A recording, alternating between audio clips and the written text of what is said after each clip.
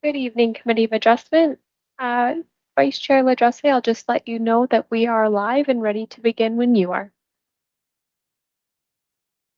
Thank you. Can everyone hear me okay? Yes. I will now call the Committee of Adjustment meeting to order. I will begin with the land acknowledgement statement.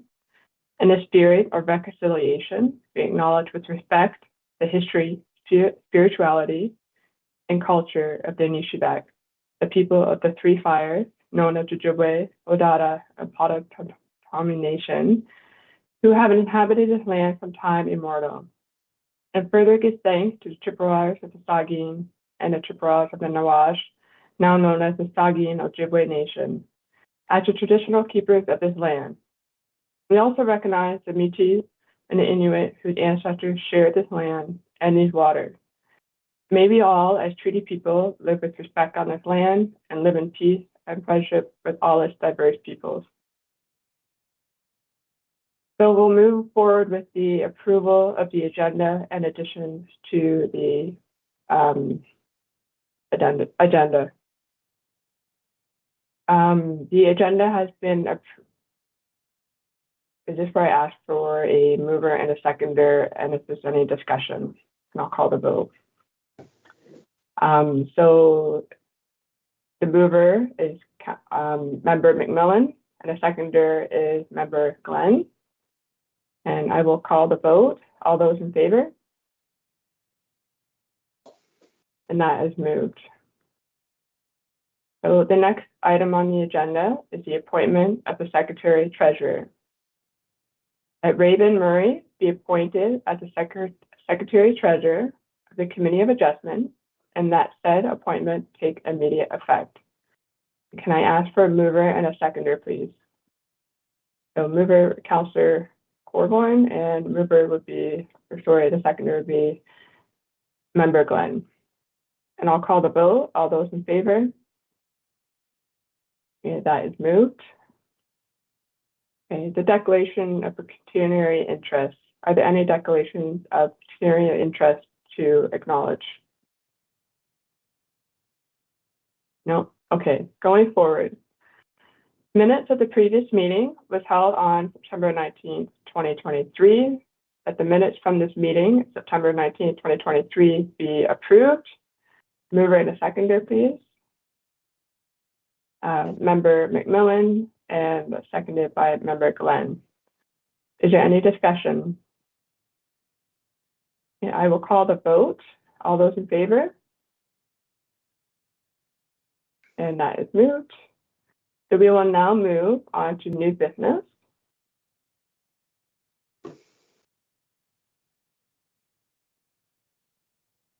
So the first application is our agenda item number 7.1.1, application number DEB 2023-54, application number B0921, Hayes. This is a meeting of the Committee of Adjustment to consider the application for severance of Roger Hayes under Section 53 of the Planning Act regarding property located at Lot 15, Concession 21, Keppel. Madam Secretary Treasurer, please go ahead with your review. There have been no requests for deferral or withdrawal of the application. Notice of the severance in accordance with Ontario Regulation 197/96 made under the Planning Act was given on October 12th, 2023 by ordinary mail to all property owners within 60 meters of the property, which is subject to the application, and to all the required agencies. Notice was also posted on the subject lands and on the township's website. If you wish to be notified of the decision of the Committee of Adjustment, you must make written request to the Secretary Treasurer of the Committee. Only a person or public body that requests a notice of a decision of the Committee in respect to this proposed severance may submit an appeal. No members of the public registered to provide comments. Could the planner please give us a summary of the planning report regarding this file? Application B0921 for Roger Hayes proposes to sever an area of approximately 0.7 hectares with frontage of approximately 103.6 meters from lands described as Lot 21, Concession 15 in Keppel Township, municipally addressed as 362460 Lindenwood Road. If approved, the retained parcel would have an area of approximately 39.74 hectares and frontage of approximately 292.6 meters. The subject property is developed with an existing detached dwelling and garage on the parcel to be severed, as well as an existing barn and shed on the parcel to be retained. The subject property is designated rural in the County of Grey official plan and zoned rural and environmental protection in the township zoning bylaw. The proposed lot creation meets the lot density requirements of the county official plan, though the severed parcel falls short of the minimum lot area requirement of 0.8 hectares. Moreover, lot creation in the rural designation is required to comply with minimum distance separation requirements, which would prove difficult given the size and siting of the barn on the retained parcel. To rectify these matters, it is recommended that the severed parcel be increased in size to include the barn within its boundaries and to meet the minimum lot area requirement of 0.8 hectares. In doing so, the proposed lot creation would avoid the need for an amendment to the zoning bylaw, as the severed parcel would meet the minimum lot area requirement for the RU, the rural zone, which also specifies a minimum of 0.8 hectares for residential purposes. Other development constraints of relevance to the subject application include the presence of karst topography, as well as the presence of bedrock of drift thickness less than 1 meters and of thickness between 1 meter and 8 meters. County planning staff recommend that a karst assessment be completed to determine the appropriate building envelopes on the retained parcel, and further recommend that a letter of opinion be provided by a qualified professional that indicates the feasibility or lack of feasibility of bedrock extraction in accordance with Section 566 of the County Official Plan, given that the proposed severance would create a new non-farm-sized lot in the rural designation. Based on these considerations, and provided that the conditions noted herein are applied, it has been demonstrated that application B0921 for Roger Hayes for lands described as Lot 21, Concession 15 in Keppel Township is consistent with the provincial policy statement, conforms to the County of Grey's official plan, and complies with the intent of the Township of Georgian Bluff zoning bylaw. It's recommended that the application be approved subject to the following conditions. 1, that the severed lot size be increased to a minimum of 0.8 hectares in size with a minimum of 100 meters frontage. 2, that a karst assessment be completed by a qualified professional, providing the location of a suitable building envelope on the retained lands.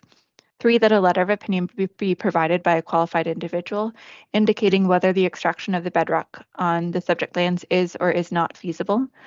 4, that a reference plan be completed and a copy filed with the municipal clerk or an exemption from the reference plan be received from the Land Registry Office. 5, that pursuant to Section 5342 of the Planning Act, the certificate of consent be affixed to the deed within 2 years of the giving of the notice of decision or as specified in the Planning Act at the time of deed stamping.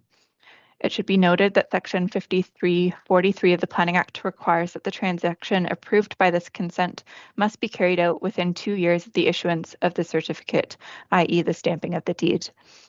6, that the applicant pays the applicable consent certification fee at the time of certification of the deeds. And 7, that the applicant pays 5% cash in lieu of parkland in accordance with the Planning Act. At this time, I'm happy to answer any questions that committee may have with respect to application B0921. Thank you. Thank you. I will now call upon the applicant who may wish to make comment on this application. Is the applicant in attendance?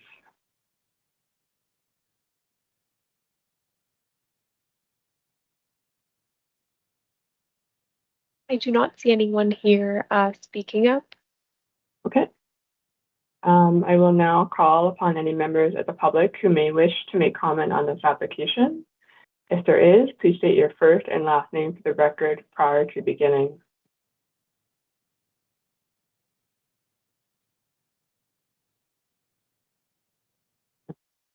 I do not see anyone. Yep, all good. Okay. Thank you. Are there any points raised by the planner, the applicant, or the public that the committee wishes to respond to? We'll start with Member Glenn. This is a question through to the planner. on condition number 1, should it state that the lot should be increased inside to include the barn as well as the 0.8 hectares? Because I noticed in the planning, the Grey County Planning Report, the applicant said that they would remove the barn versus including it in the lot. So I'm not sure whether the application has been amended to include the barn or if it's being removed.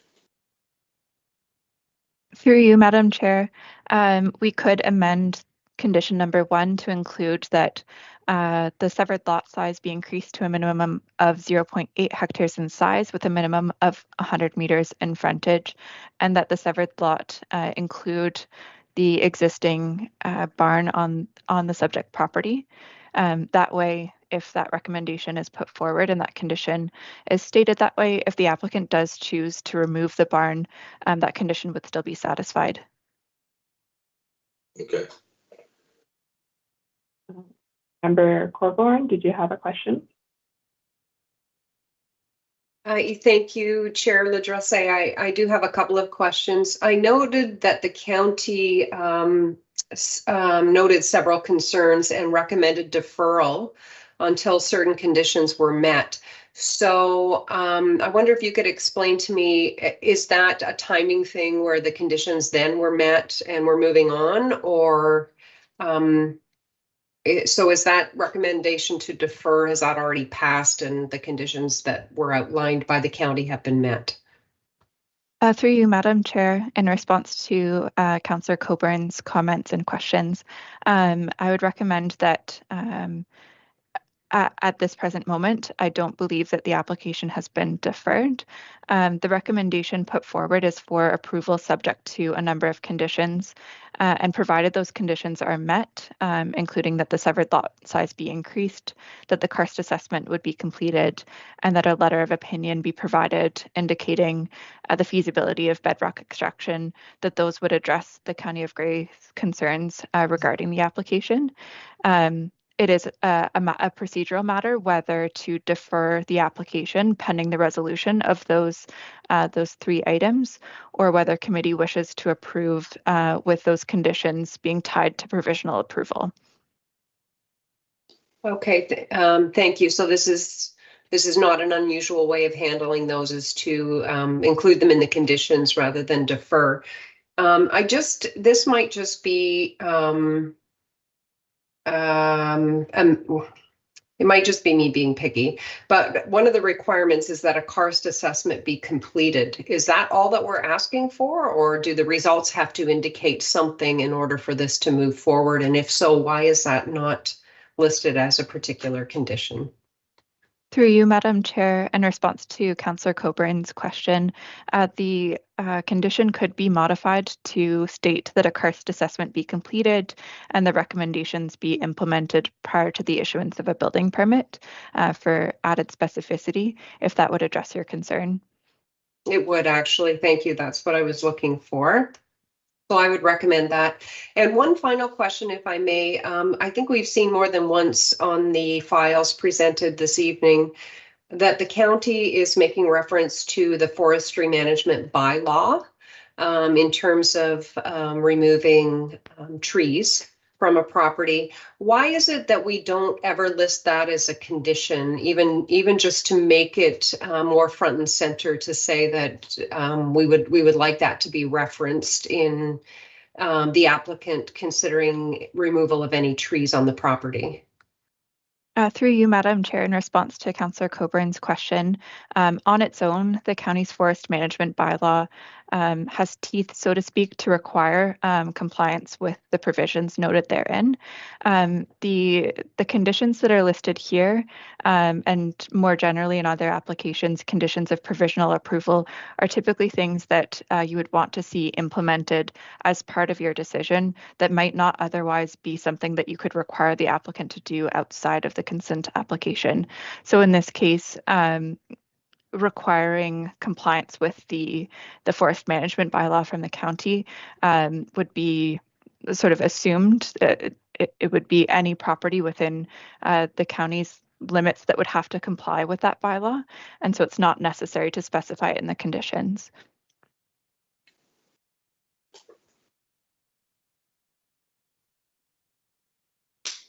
And do we have any further questions from the committee? Member Glenn, please go ahead. Yes, thank you, Chair. I'm struggling a little bit with this application. It's 2 years old, almost 3 years old, and yet a karst assessment hasn't been completed. A revised site to address the MDS issue with the barn hasn't been completed.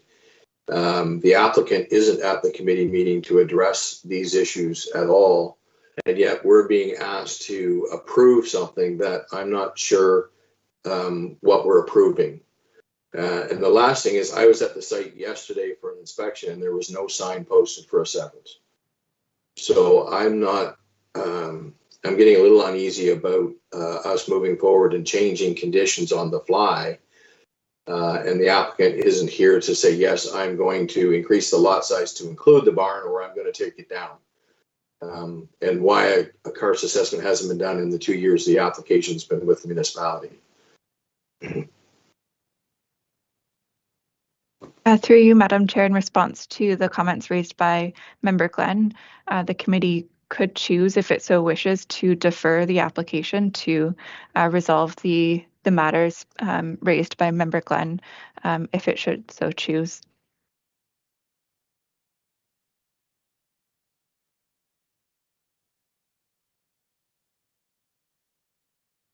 Member Colborne, please go ahead. I'm speaking in support of Member Glenn. I have the same sense of uneasiness regarding this one.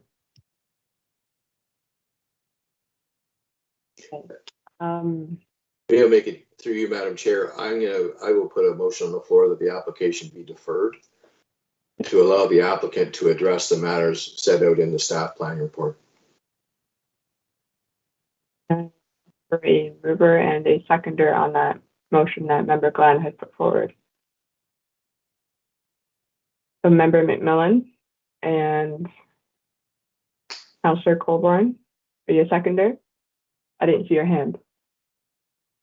I'm sorry, I think Member Glenn moved it and Member McMillan seconded it.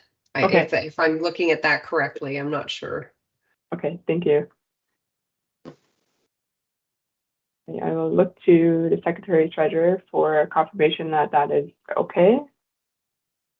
Through you, Chair Ladresse, yes, that is correct. I do have a mover and a seconder. You will now need to call the vote. Okay. I will call the vote for the motion to defer application. And the number here, DEV 2023-54, and the application number is B0921. All those in favor to defer the application? Right, that is moved, so the application is deferred. I will now call for an adjournment of this hearing. Can I ask for a mover and a seconder? Member Glenn and Member McMillan. I will now call the vote. This public for the hearing. All right, the public hearing is now adjourned. So the next application, report number DEV 2023-55, and the application number is B1723, and the application last name is Brown. Madam Chair, just a matter of correction, I believe this is application B1523, not B17. Oh, sorry, I'm going off my notes here. Sorry. I think there's a typo in the agenda. Okay. Let's go down here. Oh, yes, you are correct. Thank you. So application at B1523. So this meeting of the Committee of Adjustment to consider the application for the severance for Matt Brown under Section 53 of the Planning Act regarding property located at Part Lot 9, Plan 857, and Geographic Village of Shallow Lake. Madam Secretary Treasurer, please go ahead with your review. There have been no requests for deferral or withdrawal of the application. Notice of the severance in accordance with Ontario Regulation 197-96 made under the Planning Act was given on November 14th, 2023 by ordinary mail to all property owners within 60 meters of the property, which is subject to the application and to all the required agencies. Notice was posted on the subject lands and the township's website. If you wish to be notified of the decision of the Committee of Adjustment, you must make a written request to the Secretary Treasurer of the Committee. Only a person or public body that requests a notice of the decision of the committee in respect to the proposed severance may submit an appeal. No members of the public registered to provide comments. And the planner, go ahead and please give us a summary of the planning report regarding this file. Through you, Madam Chair, application B1523 proposes to sever an area of approximately 2,500 square meters with frontage along Main Street. The retained parcel would have an area of approximately 3,300 square meters with frontage along Princess Street. The intent of this application is to support the development of a 4-unit, 1-story townhouse dwelling on the severed parcel, with each dwelling unit provided with 2 parking spaces on its own driveway accessing Main Street, as well as private amenity areas in the rear yard. The subject property is currently occupied by an existing single detached dwelling and 3 accessory buildings. Treed and vegetative buffers extend along the northwestern and southeastern property lines. 2 of the accessory buildings on the severed parcel are proposed to be removed to facilitate the proposed development. The retained parcel would continue to be occupied by the existing single detached dwelling and 1 accessory building. Concurrent application Z0823 proposes to rezone the severed parcel from the residential 1 R1 zone to the residential multiple 1 RM1 zone to permit the intended townhouse dwelling use on the said parcel, with a site-specific provision to allow the proposed development on partial services, i.e. municipal water and private on-site septic services. The proposed severance conforms to all lot creation policies provided in the county and township official plans. The severance proposed would create a new residential lot with frontage along a public road of similar size to adjacent parcels. The proposed residential use of the severed parcel is compatible with existing residential uses on adjacent lands and the permitted uses of the secondary settlement area designation of the county official plan.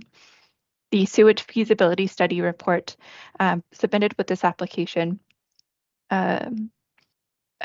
confirms that site conditions are suitable for the use of private on-site sewage system to service the proposed townhouse dwelling on the severed parcel, given that the Shallow Lake secondary settlement area is partially serviced by municipal water services and private individual on-site septic services. Township staff confirm the availability of reserved municipal water capacity within the Shallow Lake system and note that connections from each townhouse dwelling unit to the existing water main will be required and can be addressed as part of the building permit process. Both the retained and severed parcels are appropriately sized for residential use and meet the minimum lot area and frontage requirements of the zoning bylaw. The subject property is not susceptible to flooding, erosion, or other constraints, and the sewage feasibility study report includes an engineered site plan which addresses stormwater management. The subject property is not proximate to sanitary landfills, active or closed, and/or aggregate resource areas.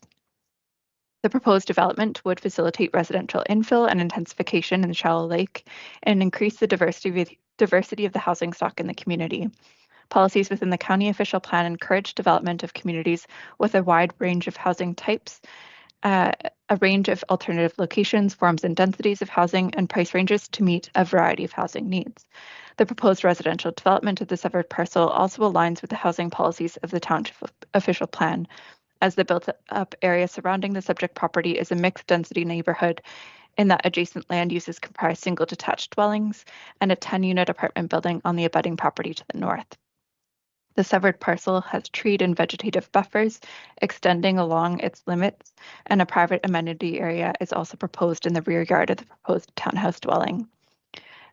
The proposed lot configuration and existing development meets all requirements of the township zoning bylaw with respect to the R1 zone. However, rezoning of the severed parcel is required as the proposed townhouse dwelling is not a permitted use under the R1 zone. The concurrent application for rezoning proposes to rezone the severed parcel to the RM1 zone to permit the townhouse dwelling on partial services, given that permitted uses under the RM1 zone include the townhouse dwellings, but these can only be developed on full municipal services. So a site-specific exception of this zone is proposed. With respect to natural heritage features, adjacent lands to the southwest and northeast of the subject property contain significant woodlands. However, these lands are separated from the subject property by Princess Street to the south and Main Street to the north. Moreover, neither of the parcels abutting the property to the east or west contain significant woodlands or any other identified natural heritage feature. A county planning staff recommend that the requirement for an environmental impact study can be waived, given that the proposed development is unlikely to have any impact on the significant woodlands or their ecological function. In response to circulation of the file, the township received a number of comments from agencies, as noted in the planning report in your agenda package, as well as 2 comments from members of the public. Comments from the public raise a number of concerns with the proposed development, including an increase in permanent residents, which may disturb the quiet enjoyment of the area with additional traffic and noise, that an increase in traffic and speed along Main Street following development along Howe Drive may be further escalated with the proposed development, posing a potential risk to public safety. Compatibility of the townhouse dwelling within a neighborhood of predominantly single detached dwellings. The potential for townhouse dwelling units to be used for short-term rental accommodations, causing disruption to neighbors, and the potential for post-development runoff to adversely affect neighboring properties.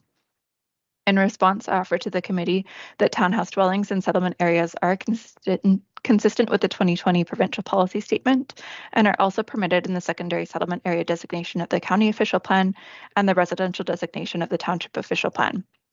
The policy analysis presented within the report in your agenda package demonstrates that the proposed lot creation and associated residential development is consistent with these policies.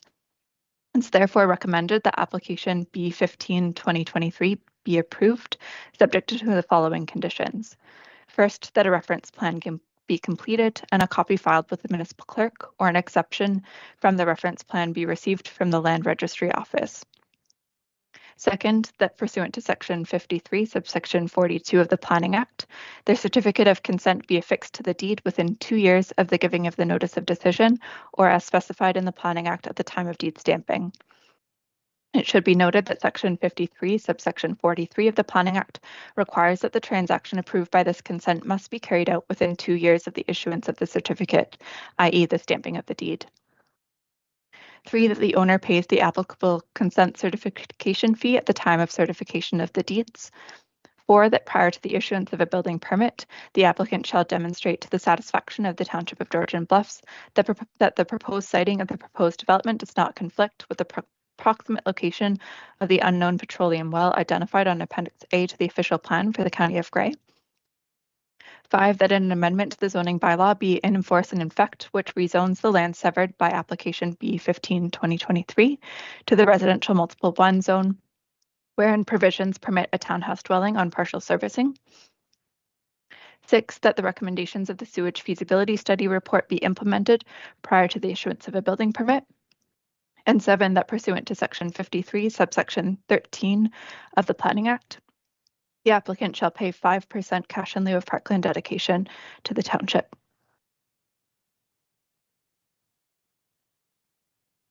Excuse me. At this time, I'm happy to answer any questions that committee may have with respect to this application.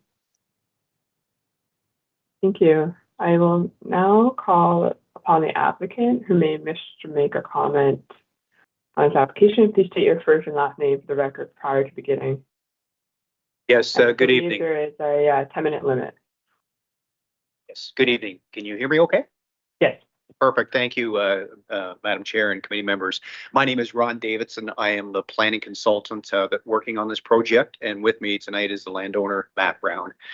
So you heard Rebecca go through the application and what's being proposed here.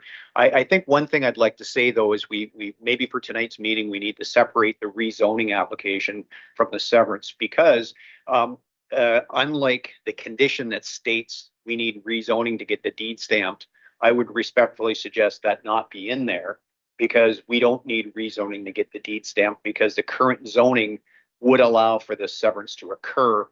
I'm just thinking out loud here. If for some reason at the zoning meeting in front of council, we filled the room and for one reason or another, Matt's rezoning application didn't get approved, that means the severance application would fall to the wayside, and that's not necessary. So that's one thing I would ask you to consider. Just to back up, there's a lot of work that went into this project. We've been working on this for well over a year, pre-consultation with MTO, never fun, and with the Grey Sauble Conservation Authority, your own township staff here, and the county staff as well. As you heard from Rebecca, There's a couple of extra studies that went into this. I prepared a planning justification report, but there was a D54 study.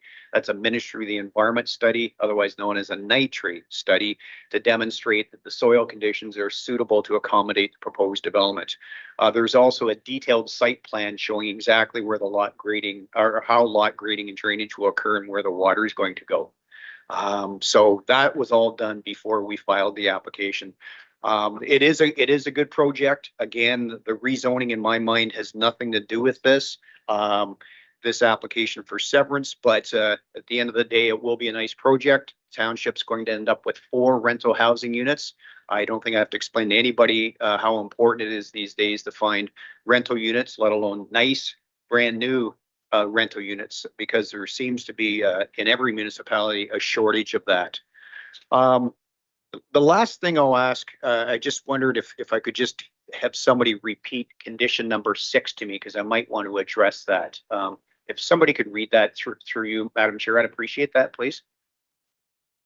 Yeah, I can read it. It's the recommendation number 6 is that the recommendation of the sewage feasibility study report be implemented prior to the issuance of a building permit. So I'm not sure what that means and how that can be done. Because we get our deed stamped long before we get a building permit.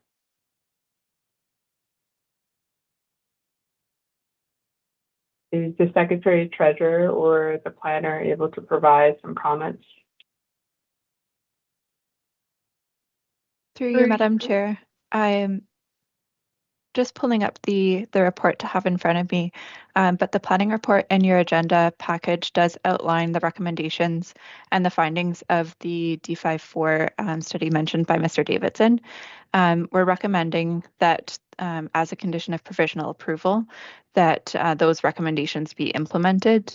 As for the timing, that is potentially something that could be altered within the language of the condition, per Mr. Davidson's comments that the deed will be stamped for this lot creation as proposed prior to the issuance of a building permit. I would recommend that perhaps removing reference to the timing aspect of the condition could satisfy that request, but I'm open to other suggestions that committee may have. Yeah, so I guess if I may, yeah, if you want to say it, that be the recommendations of the engineer be implemented at the time of building permit. But as the 2 planners know that are sitting on the committee, once your deed is stamped, like you can't impose conditions that follow the stamping of the deed.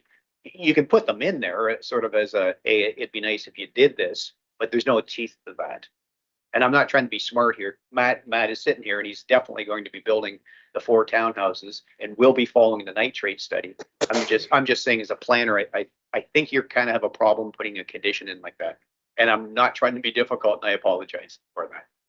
Through you, Madam Chair, I might also offer that with the concurrent rezoning application that applies to the severed parcel, the township could entertain the idea of a holding provision on the severed parcel that would require adherence to the recommendations of the sewage feasibility study. And that would be a mechanism by which to ensure that those recommendations are met prior to the issuance of a building permit, rather than including it here as a condition of provisional consent approval.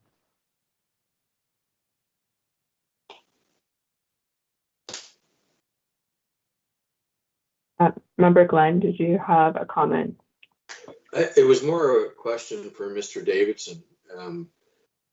He's taking issue with timing and deeding and the sewage feasibility study. How would he recommend that we safeguard the 4-plex against the sewage study being implemented? Yeah. Oh, yeah. So again, I'm not being disrespectful. I just have my planner's cap on, and I think again, we all know that you can't put conditions in that have to be met after your deed is stamped. Well, the conditions. I mean, your building official is ultimately responsible for making sure that both septic issues and lot grading and drainage issues are met. I mean, I think that's it. I mean, your building official should have a copy of these reports in his file. And I think at the building permit stage, he just makes sure that that happens. And don't get me wrong, if the committee sees fit to put a condition in like that, as long as it's understood, we're fine with that. As long as it's understood that it can't possibly be met before the deed is stamped, we're fine. Okay, Member Glenn, please go ahead. Yeah, through you, Madam Chair. I would be more at ease if the condition were attached to the H symbol in the zoning bylaw, then leaving it to the building inspector, because once the zoning is in place, it's applicable law, and the building inspector can't attach a condition that's not there. So if we take it out of the consent, and I'm fine with taking it out of the consent because this could be a single family residential lot with a single septic system on it. The zoning is going to give it the permission for the fourplex. And if we attach a recommendation to council to attach the H symbol with a condition on the sewage report being implemented prior to building permit being issued, then we have that condition attached to the zoning and not necessarily the severance. But I'm not sure, Madam Chair, how we do that as a committee as a recommendation to council, because we can't deal with the zoning, not unless it's a recommendation back to the planner in dealing with the zoning matter. Through you, Madam Chair, in response to Member Glenn's comments, the condition could be modified to read that an amendment to the zoning bylaw be in force and effect, which rezones the land severed by application B15/2023 to include a holding provision to require that the recommendations of the sewage feasibility study be implemented prior to the issuance of a building permit. It would ultimately be council's decision on the zoning amendment, but that condition may be a way of ensuring that the holding provision is introduced.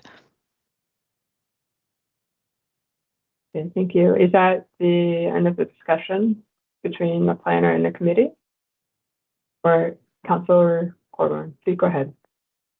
I do have some questions and comments, but I just wondered, were there members of the public that also wanted to speak before we got into our debate amongst ourselves as committee members? Yeah, that was my next step. So we'll move forward. I will now call upon any members of the public who may wish to comment on this application. If there is, we will ask you to please state your first and last name for the record from the beginning. Through you, Chair Ladresse, I do not see anyone here in person. Okay. So we've had a discussion with the planner. Now with the committee, do we have a discussion? And I'd like to remind the committee that this is an application for a severance. What is built on the severance is not a matter of this application. So please go ahead, raise your hand, and I will call upon you. Councillor Coburn? Thank you, and I think you've articulated it, as did Mr. Davidson and Member Glenn. Through you to the planner, I found this, the recommendation, to be somewhat confusing because it does talk beyond the severance, which is within the purview of this committee, and it talks about the rezoning, which of course is not to be done at this table, but at the council table. So I don't know if there's a way in the future to keep those entirely separate, particularly in the recommendation that we're voting on, because I was uneasy about that and called our principal planner to ask if, not having a planning background, if I was the one that was confused about this. So that is the comment that I just wanted to make reference to. Thank you. Thank you. Any other committee members wish to speak? I will now call for a motion on the decision, but Secretary Treasurer, do we need to make an amendment for number 7? Thank you, Chair Ladresse. Yes, so I would recommend, should a member of the committee wish to amend the recommendation as presented on the agenda, I think now would probably be an appropriate time to move so. If they do, you would need a seconder.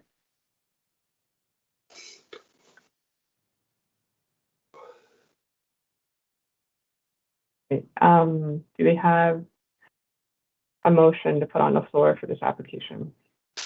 are we recommending as presented in the agenda, or would we like a change?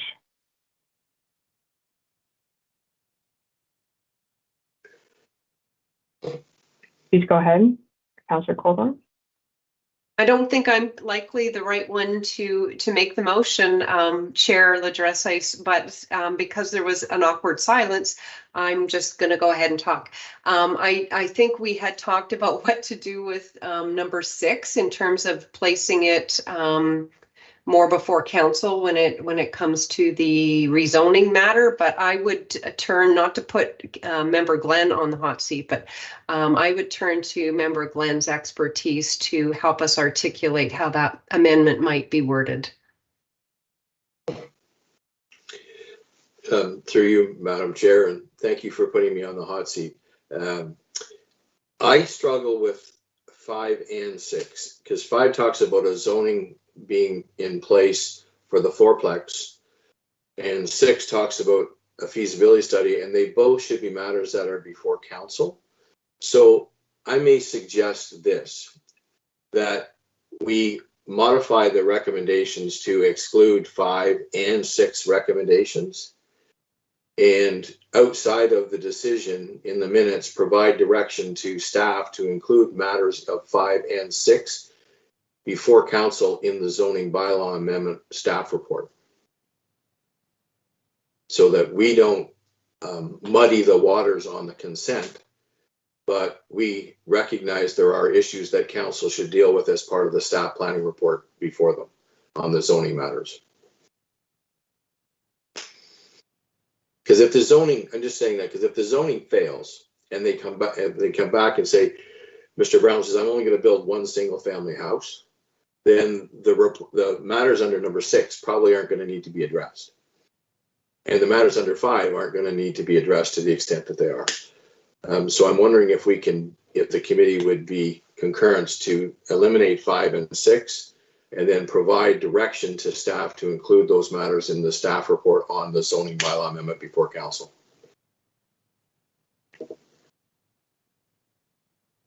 I will second that motion. All right, thank you. Now I will call a vote to the amended recommendations. All those in favor? Okay.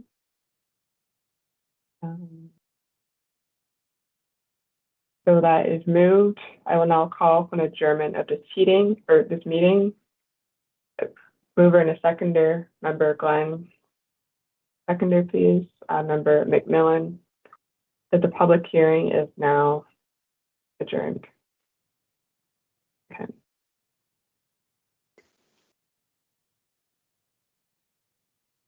Please go ahead, Councillor Colborne.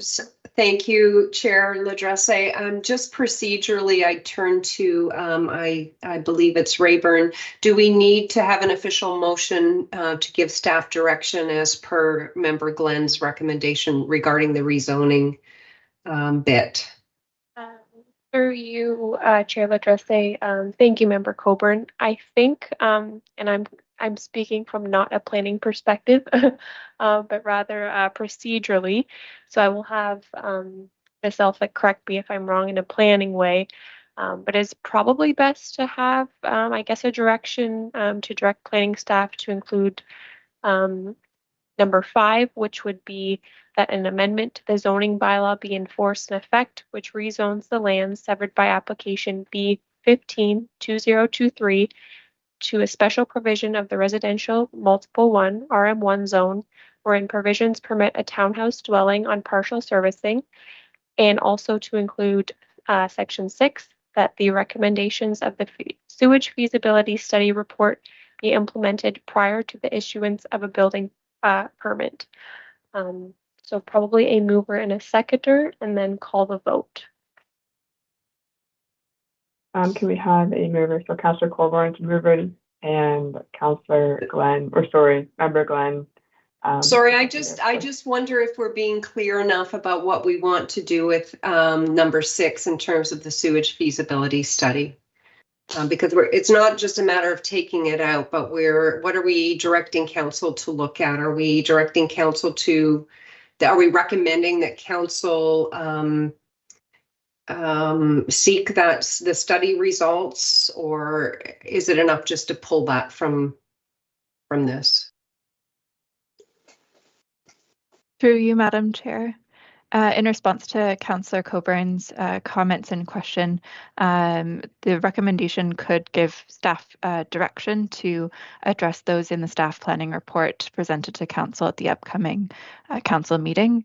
If you're concerned at all about the language within Condition 6 about the sewage feasibility study, you could revise it to require that these recommendations be applied through the use of a holding provision, as discussed previously. Member Glenn, please go ahead. Yeah, thank you, Madam Chair. I don't know that I want to go as far as to tie the planner's hands to use an H symbol. There may be other ways that they want to deal with it in their staff report before council.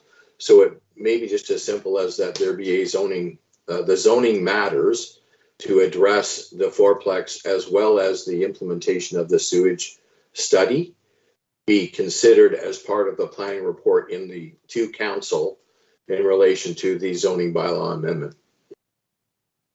That way that we just give them direct direction to address it. We don't tell them exactly how it's to be done.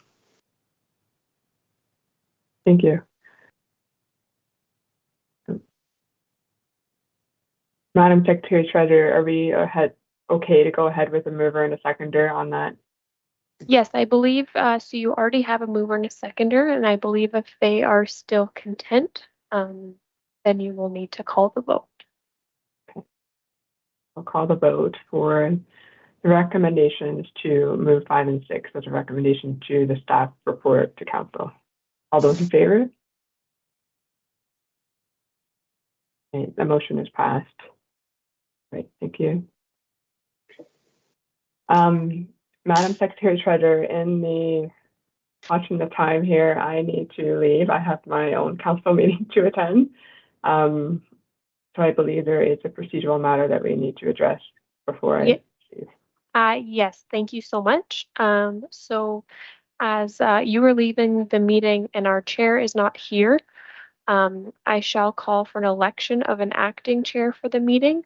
I will advise the committee that I do believe Member Glenn has offered previously to assist, and I will leave that up to the committee.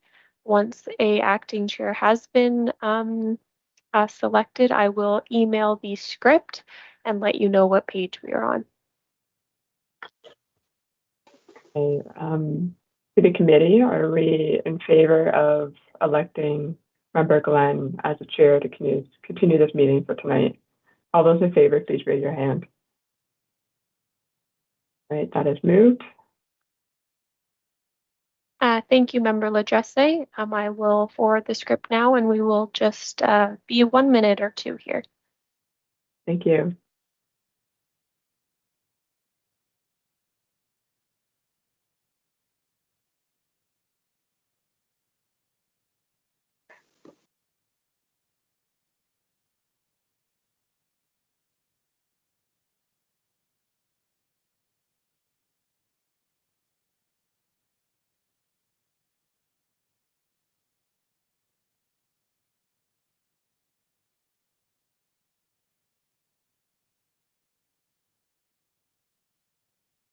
And through you, Chair Glenn, I've just sent a copy of the script, so just let me know if you receive that in the next minute or two.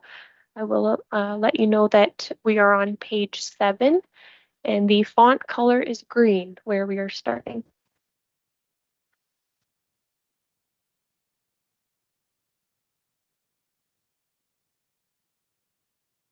Oh, you just might be on mute. I'm not sure. I was, sorry. I do have it. There's one procedural matter again on this. I think this is application B17 and not B16. Okay, thank you. We will make the necessary amendments there. Okay. This is a meeting of the Committee of Adjustment to consider the application for severance for Tyson Shagel under Section 53 of the Planning Act regarding property located at Part 4, Lot 4, Lot 5, Concession 20, Keppel Township. Madam Secretary, please go ahead with your review. There have been no requests for deferral or withdrawal of the application. Notice of the severance in accordance with Ontario Regulation 197/96 made under the Planning Act was given on November 14th, 2023 by ordinary mail to all property owners within 60 meters of the property, which is subject to the application and to all the required agencies. Notice was also posted on the subject lands and the township's website. If you wish to be notified of the decision of the Committee of Adjustment, you must make written request to the Secretary Treasurer of the committee. Only a person or public body that requests a notice of this decision of the committee in respect to this proposed severance may submit an appeal. No members of the public registered to provide comments. Could the planner give us a summary of the planning report regarding this file? Through you, Mr. Chair, application B1723 for Tyson Schlegel for lands described as Part Lot 4 and 5, Concession 20, Keppel Township, proposes to sever an area of approximately 2.136 hectares containing a house and farm buildings that are surplus to the needs of the farmer, with frontage and access along Grey Road 17. Approximately 58.344 hectares will be retained for continued agricultural use, with frontage and access along Thompson Side Road. The subject property is designated agriculture and hazard lands in the county official plan and zoned agricultural and environmental protection in the township zoning bylaw. Policies in the PPS and county official plan strongly encourage the protection of prime agricultural areas for long-term use for agriculture and generally discourage lot creation in prime agricultural areas. Lot creation is permitted through the severance of a residence surplus to a farm operation as a result of farm consolidation, as is the case with this application. In this case, policies in the PPS and the county official plan give direction for the new lot to be limited to a minimum size needed to accommodate the residential use and appropriate sewage and water services, and for the township to prohibit any future residential development on the remnant parcel of farmland created by the severance. It has been demonstrated that the proposed severance is consistent with the direction of the PPS with respect to lot creation in the agricultural areas and the county official plan for the severance of a residence surplus to a farming operation. The applicant proposes a lot area of approximately 2.1 hectares, which can be considered a minimum size to accommodate the existing detached dwelling, accessory structures, well, and septic system. Furthermore, the applicant is a bona fide farmer owning several other agricultural properties throughout southwestern Ontario, including 10 parcels in Bruce and Grey counties, representing over 1,000 hectares of land. As a condition of approval, the applicant will be required to rezone the remnant farmland parcel to prohibit future residential development. A site-specific amendment will also be required to recognize a reduced lot frontage of 64 meters for the severed lands, where 100 meters is required in the agricultural zone for non-farm residential purposes. With respect to development constraints, the county official plan indicates that the subject and adjacent lands contain natural heritage features, including significant woodlands, significant wildlife habitat, potential habitat for threatened and endangered species, fish habitat, and wetlands. Comments from Grey County planning staff indicate that there is no development or site alteration proposed with this application, and there is sufficient developable area outside of the heritage features on previously disturbed land. County staff therefore recommend the potential impact to natural heritage features would be negligible, and therefore the requirement for an environmental impact statement or study can be waived. In light of this information, it's therefore demonstrated that application B1723 for Tyson Schlegel is consistent with the 2020 provincial policy statement, conforms to the official plan for the County of Grey, and maintains the general intent and purpose of the township zoning bylaw. It is therefore recommended that application B1723 be approved, subject to the following conditions. First, that a reference plan be completed and a copy filed with the municipal clerk or an exemption from the reference plan be received from the Land Registry Office. Second, that pursuant to Section 53, subsection 42 of the Planning Act, the certificate of consent be affixed to the deed within 2 years of the giving of the notice of decision. It should be noted that Section 53, subsection 43 of the Planning Act requires that the transaction approved by this consent must be carried out within 2 years of the issuance of the certificate, i.e. the stamping of the deed. Third, that the applicant pays the applicable consent certification fee at the time of certification of the deeds. 4, that the applicant pays 5% cash in lieu in parkland in accordance with the Planning Act. 5, that a supporting zoning bylaw amendment be in force and effect to rezone the lands to A, a site-specific zone under the AG zone to prohibit the future construction of a new residential dwelling of any type on the retained lands, and B, to recognize a reduced lot frontage of 64 meters for the severed lands. At this time, I'm happy to answer any questions that committee may have with respect to application B1723. Thank you. Thank you, Rebecca. I now call upon any members of the public who may wish to make a comment on this application. Please state your first and last name for the record prior to the beginning. Thank you, Mr. Chair. Again, I'm still Ron Davidson. I'm working on behalf of Tyson Schlegel. I have very little to say. Rebecca outlined it. This is one of those, this is the only type of non-farm residential lot that you can ever create the agricultural designation. As Rebecca indicated, the PPS is very clear in terms of when and where you can do this, and those policies are reflected in the county official plan as well. One of the policies is to keep the property, the residential lot, as small as possible, and to not remove wherever possible, not remove agricultural land. And that is why the lot is L-shaped, in order to keep that much more tillable land with the farming operation. I have no issues with the consent conditions. Thank you for your time. Are there any other members of the public that wish to make comment? Through you, Chair Glenn, I'm just letting you know I don't see anyone here in person. Thank you. Are there any points raised by the planner, the applicant, or the public that the committee wishes to respond to? Seeing none, I will now call for a motion on the decision. Through Secretary, do I have to read the motion in its entirety? Through you, Member Glenn, I would recommend, I'd be happy to read it if you would like me to, though. I can read it, it's fine. Just for clarity, thank you. It has been demonstrated that application B17-23 for Tyson Schlegel for lands described as part of lots 4 and 5, concession 20, Keppel Township Keppel Township in the Township of Georgian Bluffs is consistent with the provincial policy statement, conforms to the County of Grey official plan, and complies with the intent of the Township of Georgian Bluffs zoning bylaw 2020-020. Having regard to the matters under section 5124 of the Planning Act, RSO 1990, it is recommended that the application be approved subject to the following conditions. 1, that a reference plan be completed and a copy filed with the municipal clerk, or an exemption from the reference plan be received from the Land Registry Office.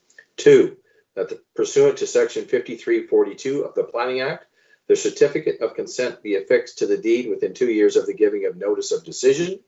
Note that section 5343 of the Planning Act requires that the transaction be approved by this consent must be carried out within 2 years of the issuance of the certificate, stamping of the deed. 3, that the applicant pay the applicable consent certificate fee at the time of certification of the deeds. 4, that the applicant pay 5% cash in lieu of parkland in accordance with the Planning Act. 5, that the supporting zoning bylaw amendment be in force and effect to rezone the lands to 1, a site-specific zone under the AG zone to prohibit the future construction of a new residential dwelling of any type, and there's a typo there, it should be on the retained lands. And 2, recognize a reduced lot frontage of 64 meters for the severed lands. I'm going to ask now for a mover and a seconder. Moved by Member Coburn, seconded by Member McMillan. Are there any further discussions? Member Coburn. Sorry, I should have mentioned this earlier, but in regards to number 5, is this the same situation that we just discussed with the last file? Are we being asked to rezone when that ought to go back to council, or is this one slightly different in that regard? I wonder if the planner could comment. Through you, Mr. Chair, in response to Councillor Coburn's question, in this respect, the proposed lot that's being created is deficient with respect to lot frontage, and so it would be prudent for committee to consider that a zoning bylaw amendment be enforced to recognize that the deficiency in the lot that's being created. As well, the site-specific zone to prohibit the future construction of a new residential dwelling is in line with the PPS direction and that of the county official plan to prohibit residential development on the remnant parcel of farmland left over from the severance that's before committee. So I would recommend that those two matters are directly tied to the lot creation that's proposed and should be maintained as conditions. Any follow-up to that, Councillor Coburn? Okay. Any further discussion? I'm going to call for the vote. All those in favor? Opposed, if any? I think that's carried. The vote has been approved. The application has been approved. I now call for an adjournment of this hearing. I'll ask for a mover and a seconder. Moved by Councillor Committee Member Colburn, seconded by Committee Member McMillan. I'll call the vote for all those to close this hearing off. That the public hearing is now adjourned. Moving on to number 8, unfinished business. We have none. Number 9, date of the next regular meeting. Committee of Adjustment will meet regularly as scheduled on January 19th, 2024 at 5 p.m. There's no further business. I will now call for an adjournment of this hearing. Ask for a mover and a seconder. Moved by Committee Member McMillan, seconded by Committee Member Coburn. Any further discussion? All those in favor of adjournment. Merry Christmas, everyone. Thanks, folks. Adjourned. Merry Christmas. Thank you. Take care.